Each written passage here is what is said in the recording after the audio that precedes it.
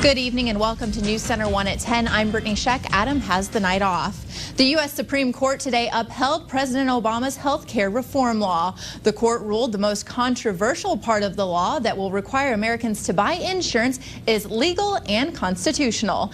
And welcome to News Center 1 at 5:30. I'm Adam Uhernick. And I'm Brittany Sheck. We begin tonight with that dramatic police video of officers and a nurse trying to save a man's life. The Rapid City Police Department has 7 new police officers. Recently, 6 of them were sworn in. They began classroom training on Monday. The new officers will complete a 15-week training program before receiving their permanent shift assignments for the remainder of their 18-month probation period. Showers on Tuesday and Wednesday. I think you should do a whole weathercast with basketball jargon, you know? And you'd really be on top of your game. Oh!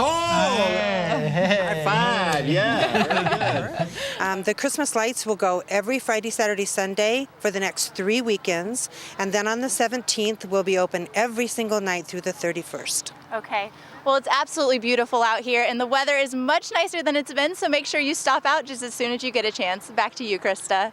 The sun may be back out and the snow has stopped falling, but city officials tell me there's still plenty of work to be done. Removing this much snow could end up costing the city anywhere between $150,000 to $200,000. Within a year after it opens, Main Street Square will need to generate about $500,000 in revenue. Organizers don't see that being a problem, but if it is, they say taxpayers won't be the ones to see the bill. Rush players tell me the condition of the ice is the difference between a win and a loss. So I thought I'd do my part to give them a smooth start to the new season. Thanks for joining us. A powerful 8.9 magnitude quake struck northeast Japan today, triggering a massive tsunami that swept over the island nation. NBC's Dan Cheneman reports. Joining me now is South Dakota Governor Dennis Dugard. Welcome, Governor. Thank you for joining us today. We appreciate having you. Now, let's start out. I know you're in town today to go to a fundraiser for the Black Hills Playhouse. Can you tell me where they are in their fundraising process at this point? Cutting Saturday's service would reduce services by 17%. The PRC expects to make a decision in October, but first Congress would have to make a change to current legislation. You're watching News Center 1. Good evening. Eric Holder is now the first U.S. Attorney General ever to be held in contempt of Congress. And the Dakota fire continues to burn near Sheridan Lake, but fire crews are making significant progress. Plus, a local cemetery is facing some tough questions after some cases of caskets being buried in the wrong plots. The scene was surreal on Anamosa Street Tuesday afternoon as police cars, fire trucks, patrol and sheriff's vehicles lined the street and neighbors gathered in disbelief. 3 officers were shot after coming into contact with a suspicious group of 4. At some point during the contact, the male suspect pulled a concealed pistol and fired several rounds. At least one of the officers returned fire, and the suspect was struck. The 3 officers and the suspect were taken to the Rapid City Regional Hospital. One 27-year-old police officer, Nick Armstrong, was critically wounded, underwent surgery, and at last check was in critical condition. Another officer was shot in the side of the face, also underwent surgery, and as of Tuesday night was in stable condition. The 3rd officer involved has passed away. Shortly after arriving at the hospital, one of the police officers, James Ryan McCandless, 28-year-old, 6-year veteran with the department, was pronounced dead. Ryan came to us from Michigan. He was recently engaged to be married, recently bought a new house, a hobby farm. He'd obtained his master's degree in public administration a couple of years ago. He told me that this, among other things, were in preparation to be chief of police someday when I retire. He's a very bright guy, very capable, and probably could have made that goal a reality. Chief Allender said losing McCandless was like losing a member of their family.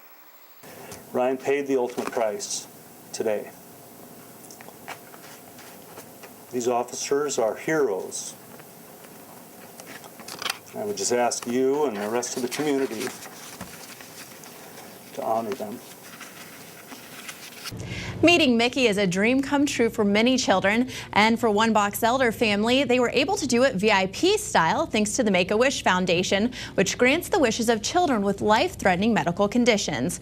Recently, I met with the family to hear the story of how Make-A-Wish offered them hope when they needed it most.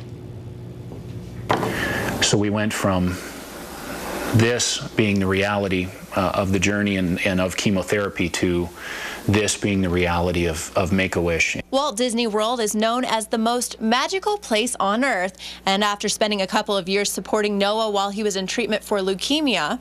This is my port, and this was what was inside my body, so I could get like meds out of my body and in and out. An escape was just what the family needed. And the blessing of Make-A-Wish is that it gives an opportunity to get away from the reality of diagnosis, to get away from the reality of treatment and some of the ugliness that's a part of that. A lot of what Noah had to go through, it certainly didn't make for smiles and things, and so being on that trip where you would just wake up and you're already smiling. And more than a year later, the family is still smiling when they think about their trip to Florida. And I went to stay in this village. They had a pool and a park, and then we got to eat ice cream for breakfast. I went with my Mickey. You went for Mickey, didn't you? You were coming for big Mickey. Like more than half of the wishes granted by the Make-A-Wish Foundation, theirs required air travel, which was actually one of the more memorable parts of the trip for Noah and his sister. All the rides and stuff, riding in the limo, getting on an airplane for a while. And I went on the airplane with my mama.